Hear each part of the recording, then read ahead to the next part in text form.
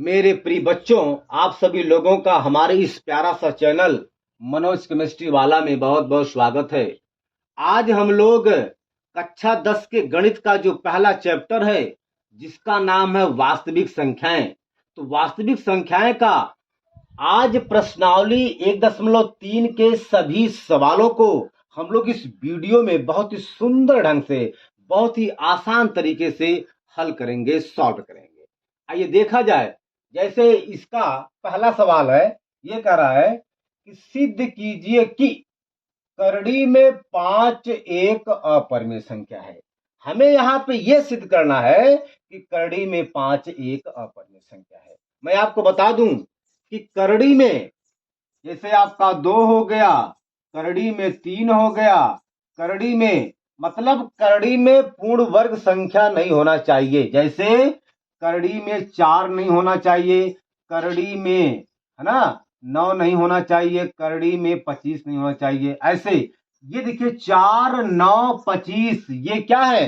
किसी एक पर्टिकुलर संख्या का वर्ग है, अर्थात 4 2 का वर्ग है, 9 3 का वर्ग है, 25 5 का वर्ग है। इन संख्याओं को छोड़ करके जितनी भी संख्याएं, मतलब करड़ी में पूर्ण वर्ग की संख्याओं को छोड़ करके जितनी भी संख्याएं करड़ी में होती हैं, वे सभी के सभी संख्याएं अपरिमेय संख्या होती है। करड़ी में जितनी पूर्ण वर्ग संख्याएं होती हैं, उनको छोड़ करके जितनी भी संख्याएं होती हैं, वे सभी के सभी संख्याएं अपरिमेय कहलाती हैं। जैसे आपका करड़ी में 2, करड़ी में 3, करड़ी में 5, करड़ी में 6, करड़ी में 7, करड़ी में 8, करड़ी में 9 नहीं बेटा। अगर करड़ी में 9 हो जाएगा तब तो ये परिमेय संख्या हो जाएगी। हमने आपसे कहा कि करड़ी में पूर्ण वर्ग संख्या नहीं होना चाहिए, ये नहीं होना चाहिए। तो करड़ी में 10, करड़ी में 11, करड़ी में 12, करड़ी में 13, करड़ी में 14, करड़ी में 15, करड़ी में 16 नहीं, क्योंकि ये 16 क्या है? पूर्ण वर्ग संख्या है। तो करड़ी में 16 यह आपका परिमेय संख्या हो जाएगा, ये नहीं बेटा। यानी करड़ी में 17, ऐसे ही जो भी संख्याएं बेटा होता है करड़ी में, वे सभी के सभी संख्याएं अपरिमेय संख्याएं होती हैं। ये आपका अपरिमेय संख्या है और ये आपका परिमेय संख्या है। तो हमें वास्तव में इसी को सिद्ध करना है कि करड़ी में 5 एक अपरिमेय संख्या है। ओके, चलिए देखा जाए। मैं आपको बता दूं कि ऐसे सवालों को अपरिमेय सिद्ध करने के लिए हम लोग उसका उल्टा मानते हैं। क्या? हम लोग ये मानते हैं कि करड़ी में 5 एक परिमेय संख्या है। बेटा जी, ऐसे सवालों को प्रूव करने के लिए, कैसे सवालों को? यानी कि करड़ी में 5, करड़ी में 3, करड़ी में 2, यानी कि इस तरह के सवाल को अपरिमेय दिखाने के लिए, अपरिमेय सिद्ध करने के लिए हम लोग उसे उल्टा क्या परिमेय संख्या मानते हैं। तो हम लोग यहां पर अब यह मानेंगे कि करड़ी में 5 एक परिमेय संख्या है, और लास्ट में हम लोग इसको लास्ट में दिखा देंगे, सिद्ध कर देंगे कि करड़ी में 5 एक अपरिमेय संख्या है। लेकिन हम लोग यहां पर शुरुआत में ये कल्पना करेंगे, ये हम लोग मानेंगे कि करड़ी में 5 एक परिमेय संख्या है। ओके बेटा जी, चलिए हम लोग यही काम यहां पर करेंगे। हम लोग अब यहां पर कल्पना करेंगे बेटा, मानेंगे। क्या मानेंगे? ये मानेंगे कि करड़ी में 5 एक माना या मान लिया करड़ी में 5 एक परिमेय संख्या है। क्या है? परिमेय संख्या है। हमने मान लिया कि करड़ी में 5 एक परिमेय संख्या है मेरे प्रिय बेटा जी।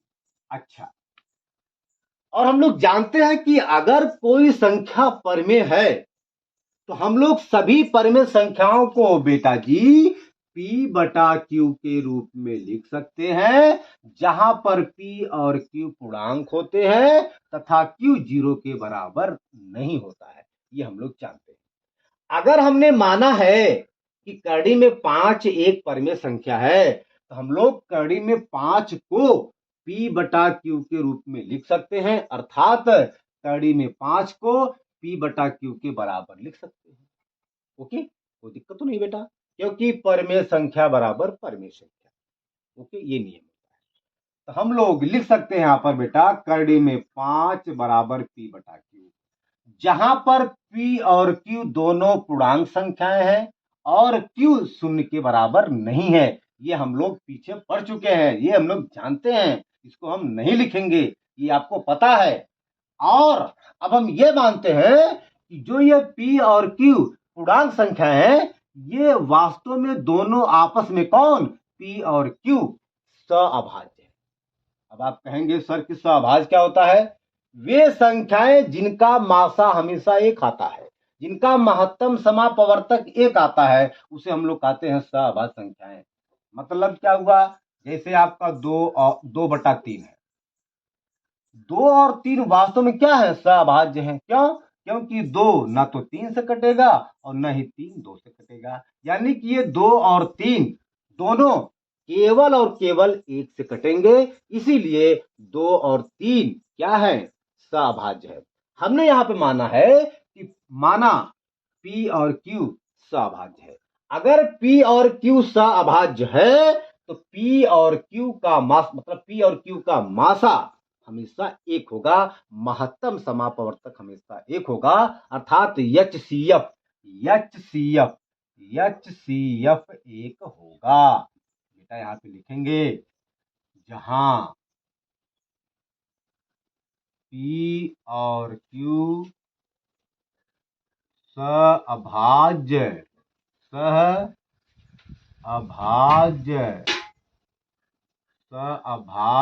संख्या है। अगर P और Q सहअभाज्य संख्या है तो P और Q का मासा यानी महत्तम समापवर्तक हमेशा एक आएगा। चलिए अब देखिए, अब हम ये चाहते हैं कि यहां पर बटे 1 मान लें और इनका तिर्यक का गुणा कर दें भैया। तो करिए भैया, जब हम लोग Q का मल्टीप्लाई करेंगे कड़ी में 5 में, जब हम लोग Q का गुणा करेंगे कड़ी में 5 में, ये हो जाएगा कड़ी में 5Q बराबर P एकम P। ओके, अरे भैया हम लोग यहाँ पर तिर्यक का गुणा कर रहे हैं, अर्थात Q का गुणा करेंगे कड़ी में 5 में और 1 का गुणा करेंगे P में। जब हम लोग Q का गुणा करेंगे कड़ी में 5 में, हो जाएगा कड़ी में 5Q बराबर P एकम P हो जाएगा। ओके बेटा जी, चलिए अच्छा, हम लोग चाहते हैं कि यह कड़ी में 5 यहां से हट जाए। हम ये चाहते हैं कि कड़ी में 5 को हटा करके बराबर के दाईं तरफ लाया जाए। एक नियम होता है, जो संख्या गुणे में होती है अगर उसको हम बराबर के किसी एक तरफ लेके जाते हैं तो वह गुणे से बटे में हो जाती है। हम ये चाह रहे हैं कि कड़ी में 5 जो यहां पर Q के साथ गुणे में है, ये बराबर के दाईं तरफ चला जाए। तो बेटवा ये कड़ी में 5 जब बराबर के दाईं तरफ जाएगा, ये गुणे से बटे हो जाएगा। अरे मेरे बेटा जी, वास्तव में यहां पर गुणे का चिन्ह छिपा है। हम लोग यहाँ पर गुणा का चिन्ह लिखें चाहे न लिखें, ये बेटा फिर भी हम लोग यहाँ पर गुणा मानते हैं या यहाँ पर गुणा माना जाएगा। तो जब कड़ी में 5 बराबर के दाईं तरफ जाएगा तो यह गुणे से बटे में हो जाएगा। तो भैया ले जाइए, तो Q बराबर आपका हो जाएगा P बटा कड़ी में 5। यहां तक किसी भी छात्र को कोई दिक्कत नहीं। चलिए अब हम चाहते हैं कि दोनों पक्षों का वर्ग कर दें। क्यों बेटा? क्योंकि हम ये चाहते हैं कि ये करड़ी में 5 यानी कि ये करड़ी हट जाए। हम चाहते हैं कि यहां से जो करड़ी लगा है ये हट जाए। तो करड़ी को हटाने के लिए एक ही तरीका है, हम लोग करड़ी को वर्ग कर दें, अर्थात हम लोग यहां पर दोनों पक्षों का स्क्वायर करेंगे, वर्ग करेंगे। तो किया जाए, लिखेंगे दोनों पक्षों का वर्ग करने पर भैया बहुत आराम से हम लोग सवाल को लगाएंगे, कोई दिक्कत मतलब कोई घबराने की बात नहीं है। हम लोग सभी सवाल को बहुत ही इत्मीनान से, बहुत ही ठंडे दिमाग से हल करेंगे। चलिए भैया, जब हम लोग बेटा वर्ग करेंगे तो यहाँ पे हो जाएगा q का वर्ग बराबर p बटा कड़ी में 5 का वर्ग। ओके भैया, हमने क्या किया कि दोनों पक्षों का वर्ग कर दिया। अब देखिए q का वर्ग q स्क्वायर ही रहेगा। ओके, कोई दिक्कत? बराबर भैया, देखिए यहां पर 5 बटे कड़ी में 5 है, सॉरी यहां पर p बटे कड़ी में 5 है, यहां पर p बटे कड़ी में 5 का वर्ग है। तो हम लोग काम क्या करेंगे कि जब यहां पर p बटे कड़ी में 5 का वर्ग है, 2 घात है, तो हम लोग यहां पर p बटे कड़ी में 5 का गुणा 2 बार करेंगे, क्योंकि हम लोग जानते हैं कि किसी संख्या का जितनी घात होता है हम लोग उस संख्याओं का उतनी बार गुणा करते हैं। बेटा बैठ समझ ले, है ना, बैठ के समझ लो, ठीक है ना। अब हम लोग काम क्या करेंगे, यहां पर p बटा कड़ी में 5 का गुणा 2 बार करेंगे। क्यों? क्योंकि यहां पर 2 घात है। हो जाएगा q स्क्वायर बराबर p बटा कड़ी में 5 गुणे p बटा कड़ी में 5। यहां तक किसी कोई दिक्कत? कोई नहीं। अब देखिए जब हम लोग p का गुणा p में करेंगे तो हो जाएगा भैया p स्क्वायर, और जब हम लोग कड़ी में 5 का गुणा जब हम लोग कड़ी में 5 में करेंगे तो यहां से कड़ी हट जाएगी, केवल 5 आ जाएगा, अर्थात q स्क्वायर बराबर आपका आ गया p स्क्वायर बटा 5 आपका आ गया। कोई दिक्कत? चलिए चलिए भैया, अब यहां पर एक चीज हमको दिखाई ये दे रहा है कि p स्क्वायर यहां पर 5 से डिवाइड है। अगर p स्क्वायर 5 से डिवाइड है, 5 से विभाजित है, तो p भी 5 से डिवाइड होगा। कैसे? मान लीजिए जैसे आपका ये 25 है, 1 मिनट, जैसे आपका ये 25, ये अगर 25 5 से डिवाइड है, अगर 25 5 से कट जाता है तो 25 बेटा वास्तव में 5 का वर्ग है, तो इसका जो वर्ग वाला जो संख्या होता है अर्थात 5, 5 भी 5 से कट जाएगा। कहने का मतलब बेटा मेरा ये हुआ कि अगर 5 का वर्ग 5 से डिवाइड है, यदि 5 का वर्ग 5 से डिवाइड है, तो ये जो 5 है 5 भी 5 से डिवाइड होगा, अर्थात अगर p स्क्वायर 5 से डिवाइड है तो p भी 5 से डिवाइड होगा। हम मान लेते हैं कि p बराबर 5 है। वही बात है, अगर अगर p स्क्वायर 5 से कट जाता है तो p भी 5 से कट जाएगा बेटा, यह एक प्रमेय है, ठीक है ना। अच्छा ठीक है, कोई दिक्कत नहीं है। तो वही बात है कि अगर p स्क्वायर 5 से डिवाइड है तो p भी 5 से डिवाइड होता है, आप यहां पे देख सकते हो। और मान लीजिए जैसे 2 का स्क्वायर 2 से डिवाइड है ना। अरे भैया 2 की 2 घात का मतलब हुआ 4 बटे 2, 2 एक कम 2, 2 दूना 4। तो अगर 2 का स्क्वायर 2 से डिवाइड है, 2 से कट जाता है, तो ये 2 भी 2 से कट जाएगा, आप देख सकते हैं। वही बात है मेरे प्रिय बेटा जी, ठीक है ना। अगर p स्क्वायर 5 से डिवाइड है तो केवल और केवल 5 भी सॉरी केवल और केवल p 5 से डिवाइड होगा।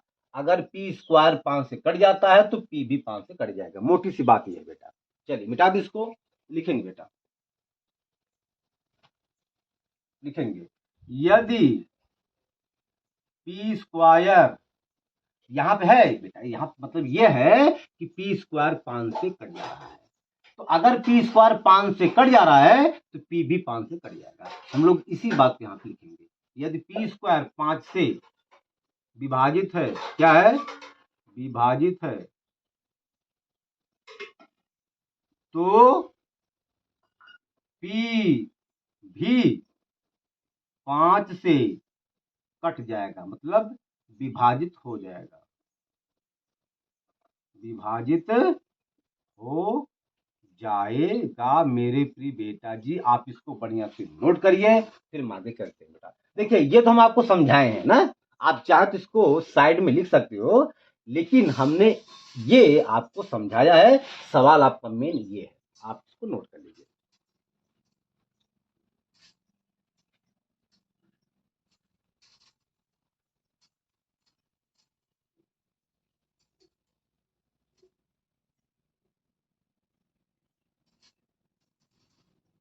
हो गया बेटा जी, मिटा दे, मिटा दे। ओके चलिए, अब देखिए, अब हम लोग यहां पर मानेंगे, माना माना P बराबर 5m, यम मान लें, C मान लें, D मान लें, कुछ भी मान सकते हैं। क्यों? अब आप कहेंगे ये सर, ये बताइए क्यों आप P बराबर 5m मार रहे हैं? देखिए, जो संख्या करड़ी में होती है उसी के बराबर यहां पर मानेंगे। यहां पर करड़ी में 5 है तो यहां पर हम लोग मानेंगे P बराबर 5m। अगर यहां पर करड़ी में 2 होता तो हम लोग यहां पर मानते P बराबर 2m या 2d। ये यम कोई आवश्यक नहीं है कि हम इसे यम ही माने, हम डी भी मान सकते हैं, सी भी मान सकते हैं ना, एल भी मान सकते हैं, के भी मान सकते हैं, वो आपके ऊपर है। लेकिन जो करड़ी में संख्या होता है उसी को हम लोग यहाँ पे लिखते हैं। यहाँ पे करड़ी में 5 है, हम लोग यहाँ पे मानेंगे P बराबर 5m। अगर यहाँ पर करड़ी में 3 होता हम लोग यहाँ पे मानते P बराबर 3m। ओके, जो करड़ी में, जो संख्या करड़ी में होता है उसी संख्या के बराबर हम लोग इसको मानते हैं। और साथ में चाहे यम लगाएं उस संख्या के, चाहे डी लगाएं, चाहे के लगाएं, उससे कोई दिक्कत की बात नहीं। चलिए चलिए भैया, अच्छा इसको मान लें समीकरण नंबर 1, अगर मान लें, ठीक है ना। चलिए भैया, लिखेंगे माना P बराबर 5m। अब P का मान समीकरण नंबर 1 में रखने पर,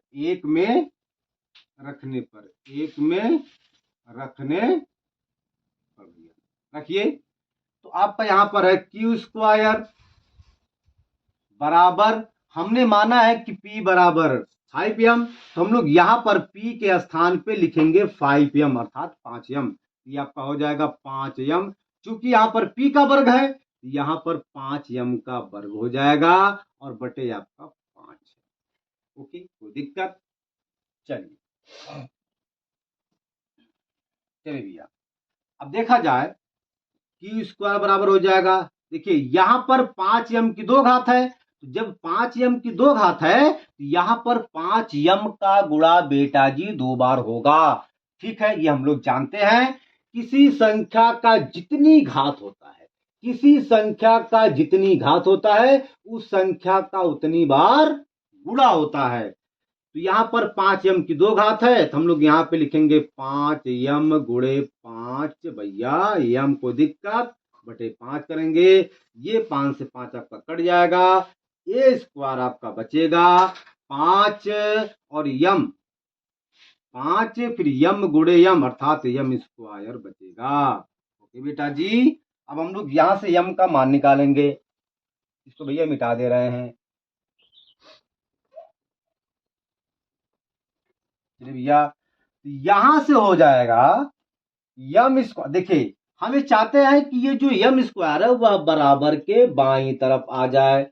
भैया ऐसा करने के लिए हम लोग इसे यहां से ऐसे पकड़ेंगे, फिर ऐसे घुमा देंगे, अर्थात ये यहाँ पे चला जाएगा, कोई दिक्कत की बात नहीं है बेटा जी। आप इसको यहाँ लिख लो, इसको यहाँ लिख लो, इनके स्थान को अदल बदल दो, कोई प्रॉब्लम की बात नहीं है। चलिए भैया, हम लोग यहाँ पे लिख सकते हैं 5m स्क्वायर बराबर ए स्क्वायर।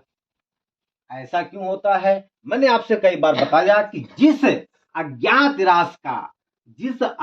राशि के मान को निकालना होता है, उस अज्ञात राशि को हमेशा बराबर के बाईं तरफ लेफ्ट साइड रखा जाता है। इस बात को आप हमेशा के लिए नोट कर लो, ठीक है ना। तो यही हमने काम किया है, हमने इसको यहाँ पे रखा है और इसको हमने यहाँ पे रखा है। देखिए भैया, यहाँ पर 5 गुणे में है एम स्क्वायर के, तो हम चाहते हैं कि 5 ये बराबर के दाईं तरफ चला जाए। तो भैया क्या नियम है, जो संख्या गुणे में होती है जब उसको हम लोग बराबर के दाएं तरफ लेके जाते हैं तो गुणे वाली संख्या बटे में हो जाती है। भैया ये एम स्क्वायर बराबर आपका हो जाएगा ए स्क्वायर बटा 5। अब यहां से ये सिद्ध हो रहा है कि ए स्क्वायर 5 से डिवाइड है। अगर ए स्क्वायर 5 से डिवाइड है तो ए भी 5 से डिवाइड होगा। ये भैया हम लोग जानते हैं।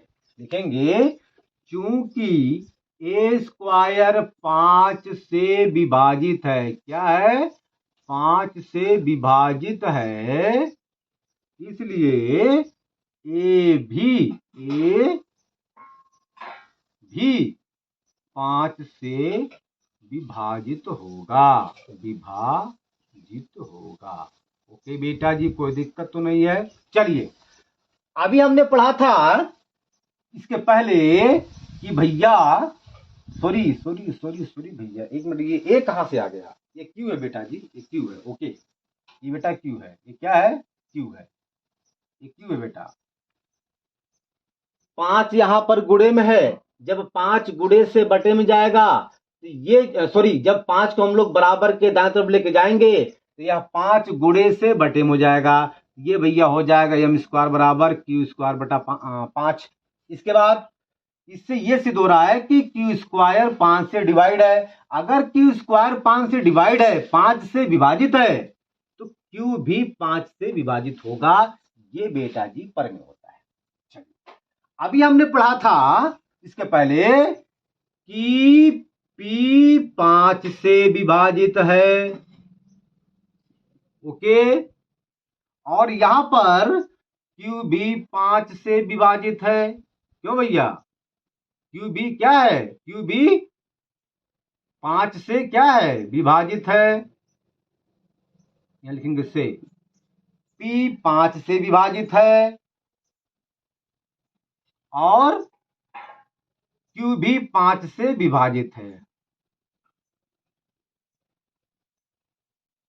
लेकिन पी, हमने ये माना था कि पी और क्यू केवल और केवल 1 से विभाजित है।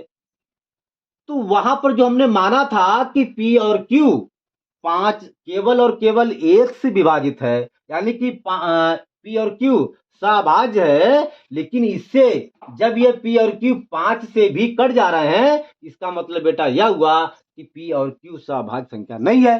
जो हमने वहां पे माना था वह गलत हो गया। अरे भैया, हमने शुरुआत में ये माना था कि पी और क्यू सहभाज्य संख्या है, अर्थात पी और क्यू का मासा 1 आएगा, अर्थात पी और क्यू केवल और केवल 1 से कटेगा। लेकिन यहां पर हम लोग ये देख रहे हैं कि वही पी और क्यू अपने रंग को बदल दिए, अर्थात पी और क्यू 5 से भी कट रहे हैं। अगर पी और क्यू 5 से भी कट रहे हैं, अब पी और क्यू सहअभाज्य नहीं हो पाएंगे। अब पी और क्यू सहभाज्य नहीं होंगे। अगर पी और क्यू 5 से भी कट जा रहे हैं तो अब हम लोग पी और क्यू को सहअभाज्य संख्या नहीं कहेंगे। अर्थात वहां पर हमारा मानना ये गलत था, क्या, कि करड़ी में 5 एक परमीय संख्या है। इससे ये सिद्ध होता है कि करड़ी में 5 एक अपरमीय संख्या है। ठीक है ना? चूंकि यहां पर पी और क्यू 5 से भी विभाजित है और हमने माना था कि 5 पी और क्यू केवल 1 से विभाजित है, 1 से विभाजित है। ठीक है ना? इसलिए पी और क्यू सहभाज्य नहीं है, सहभाज्य संख्या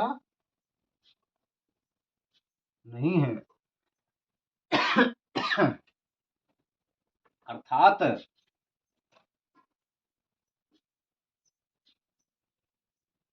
हमारा करड़ी में 5 को परिमेय संख्या मानना गलत है, गलत है। अर्थात करड़ी में 5 एक परिमेय, अरे कड़ी में 5 एक अपरिमेय, अपरिमेय संख्या है। ओके बेटा जी, तो ये आपका सिद्ध हो गया। तो मैं समझता हूं कि यह सवाल आपको बहुत ही अच्छे तरीके से समझ में आ गया। और आज हम अपने वीडियो का यहीं पे अंत करते हैं, क्योंकि यदि हम आगे बताते हैं तो यह वीडियो काफी लंबा हो जाएगा। अब हम अगले वीडियो में अगला सवाल सॉल्व करेंगे।